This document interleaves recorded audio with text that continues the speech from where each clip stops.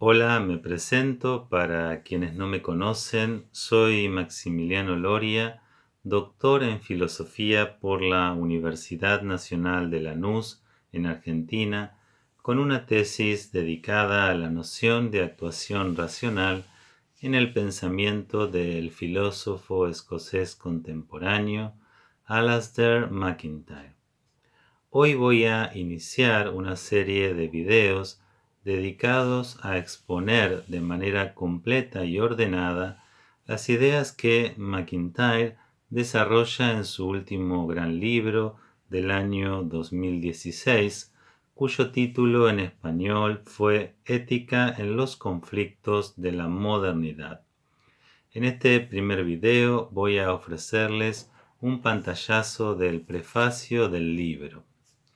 Al comenzar el prefacio de su último libro, MacIntyre describe de modo sintético pero también magistral la actual situación de la filosofía.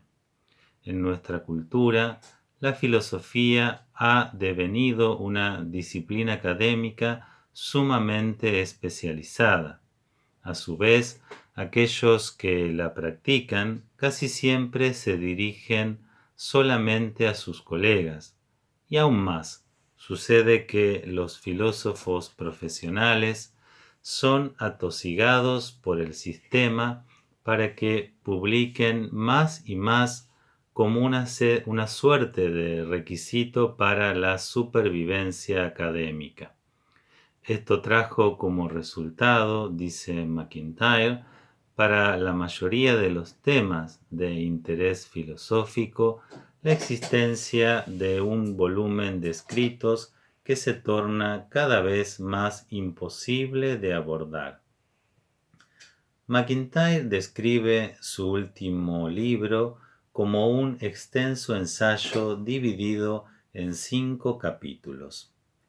En el primero reflexiona acerca de los deseos y se hace preguntas que, si bien pueden ser planteadas por todas las personas corrientes, solamente pueden ser respondidas de manera adecuada apelando a los recursos conceptuales y argumentativos de la teorización filosófica.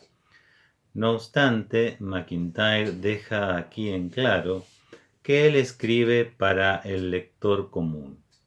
Las preguntas de este primer capítulo nos conducen, según el autor, a un cierto impas filosófico, a un cierto callejón sin salida, a una confrontación entre dos posturas rivales e incompatibles, lo que MacIntyre denomina expresivismo y el neo-aristotelismo al que el propio autor adhiere, nos conduce entonces a un callejón sin salida entre dos opiniones rivales en relación con el razonamiento práctico, los deseos y sobre el modo de concebir los bienes y lo bueno. En este punto, MacIntyre aclara que, si bien el impas tiene un carácter teórico, no obstante tiene importantísimas implicaciones prácticas. En el segundo capítulo, MacIntyre menciona ciertos contextos históricos sociales en los que la teorización filosófica parece haber funcionado, es decir, parece haber dado respuestas adecuadas a los problemas del propio tiempo. Pero cada teorización filosófica es, en alguna medida, intrínsecamente dependiente del contexto sociohistórico en el que emergió. Ejemplos extraídos de Hume, Aristóteles, Tomás de Aquino y Marx permiten a MacIntyre repensar las relaciones entre la teorización filosófica y la práctica diaria. Su convicción es que el, entre comillas, remedio para una teorización errónea no es y esto es importante de ser destacado, el abandono de la teoría, sino que es una teorización filosófica más adecuada.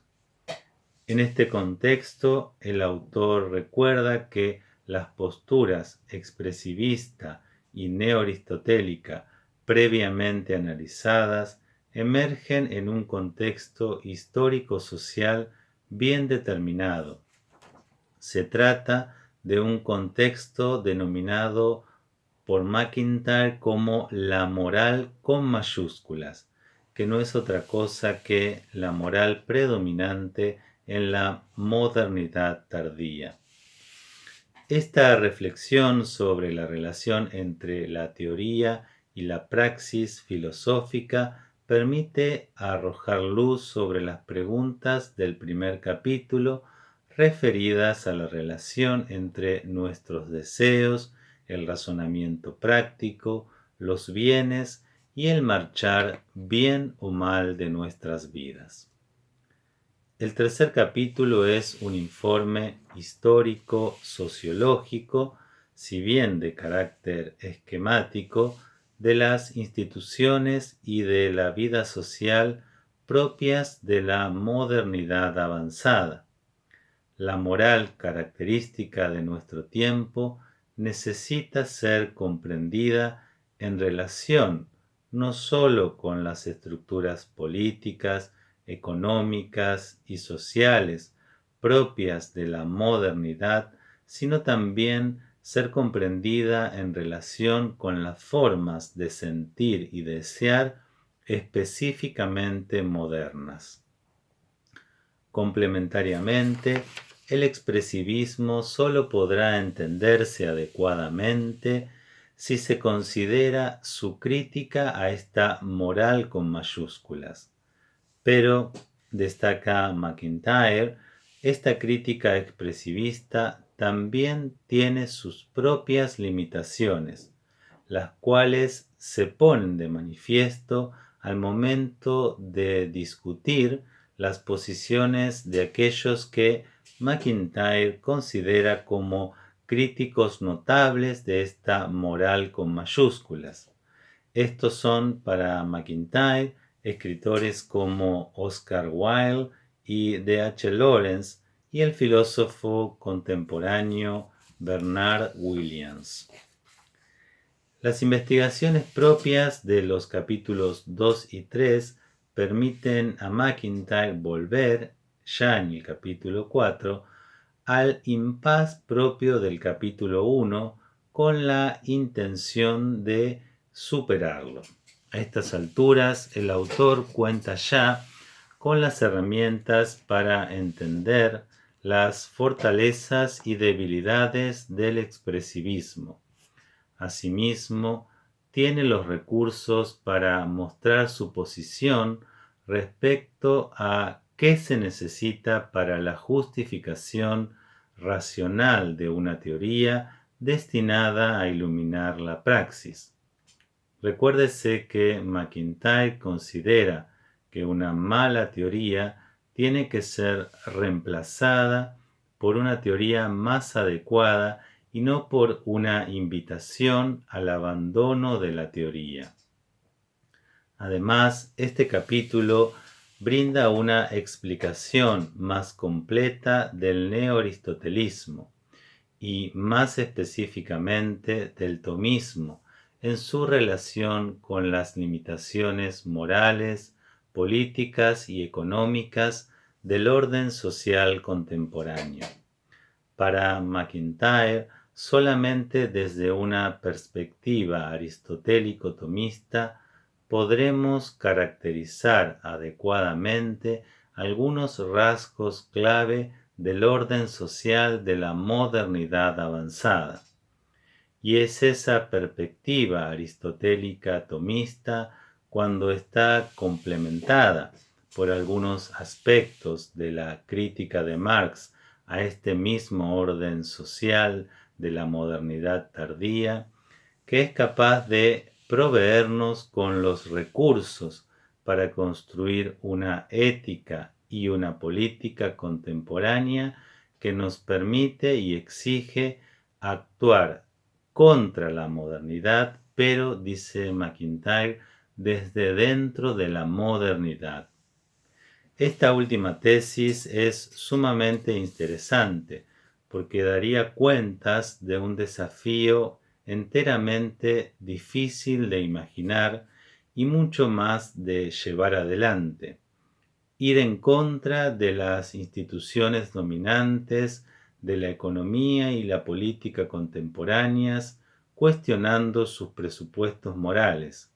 Hacer esto con los recursos propios de la filosofía neoaristotélica y todo ello sin, entre comillas, salirse del propio tiempo. Finalmente, en la conclusión de este capítulo cuarto, se sostiene que un cierto tipo de narración, un cierto recurso narrativo, resulta indispensable para entender adecuadamente la vida moral y el florecimiento humano. El capítulo 5 sirve de ejemplo a esta última tesis, pues proporciona un estudio de carácter biográfico acerca de las relaciones entre la teoría y la praxis, entre el deseo y el razonamiento práctico en 4 vidas muy distintas del siglo XX. Ellas son la de el novelista soviético Vasily Grossman, la de la jueza americana Sandra Day O'Connor, la del historiador marxista nacido en Trinidad y Tobago, C.L.R. James, y la del sacerdote católico irlandés y activista político Monseñor Dennis Fowle.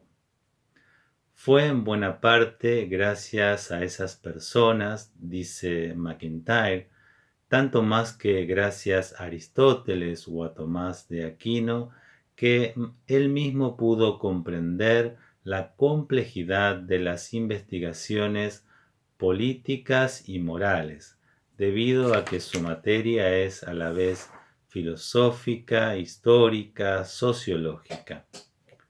El autor culmina el prefacio de este su último libro dando cuentas de una importante convicción. En filosofía, muy raramente una persona o un argumento ostentan la última palabra. El debate casi siempre continúa. Y esto es algo que se cumple notoriamente en los temas aquí abordados. Estos tópicos entonces podrían ser nuevamente resumidos a partir de las siguientes preguntas.